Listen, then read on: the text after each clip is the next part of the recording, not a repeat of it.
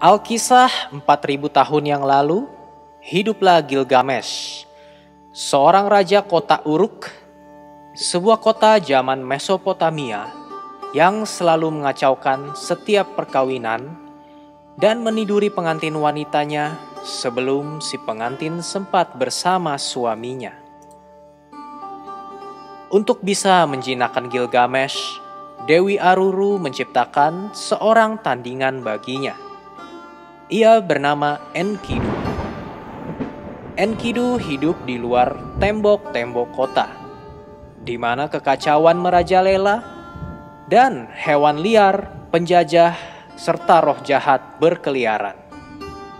Setelah seorang pendeta wanita, Dewi Ishtar, merayu Enkidu, hewan-hewan liar di luar tembok menolaknya, dan Enkidu berkelana ke kota.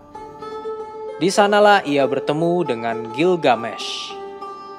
Enkidu pun maju untuk menghentikannya.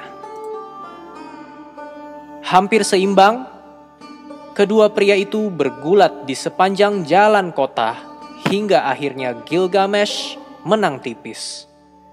Sesudahnya, mereka tak terpisahkan. Bersama teman barunya, Gilgamesh mengacuhkan para wanita di Uruk untuk membuktikan kemampuan bertarungnya. Mereka pun pergi untuk menumpas Humbaba, makhluk berwajah 1000 yang menjaga pepohonan di hutan Cedar.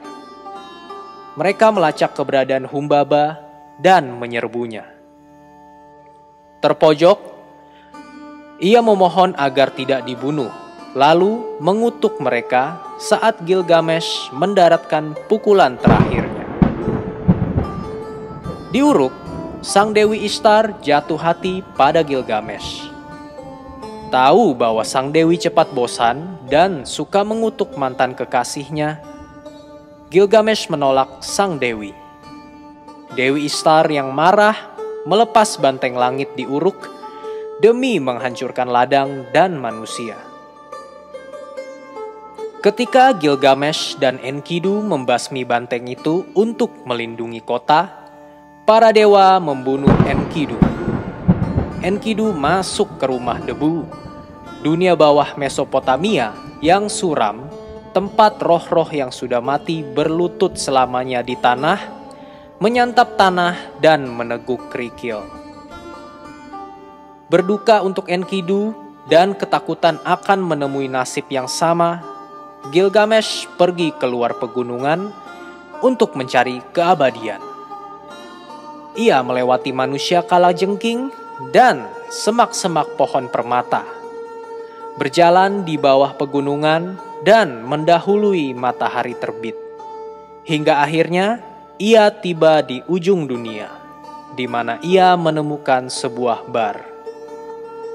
Pelayan bar itu adalah seorang dewi bernama Shiduri, yang mendesak Gilgamesh untuk menghentikan pencariannya.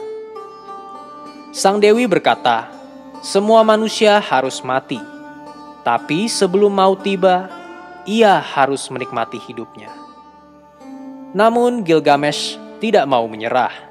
Dengan enggan, Shiduri memberinya petunjuk untuk melalui air kematian dan bertemu manusia abadi bernama Utanapishti.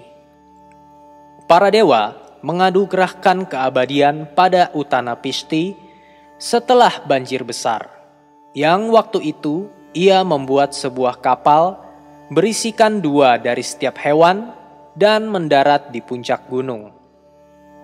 Utanapishti juga menasihati Gilgamesh untuk menerima kematian.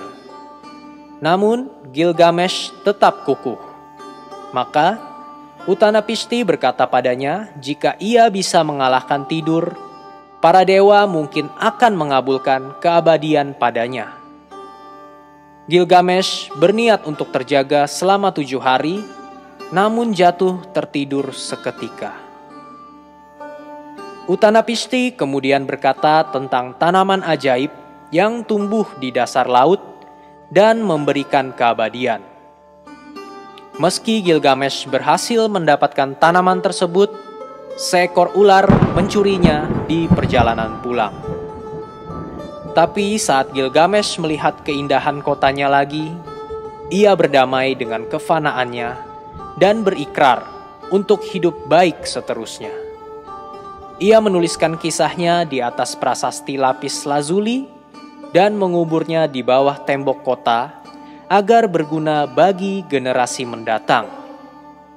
Meski cerita ini mitos, Gilgamesh mungkin Raja Uruk yang nyata. Cerita-ceritanya bertanggal 2000 tahun sebelum Masehi dan mungkin lebih tua, dan masih menggema lewat tulisan hingga hari ini.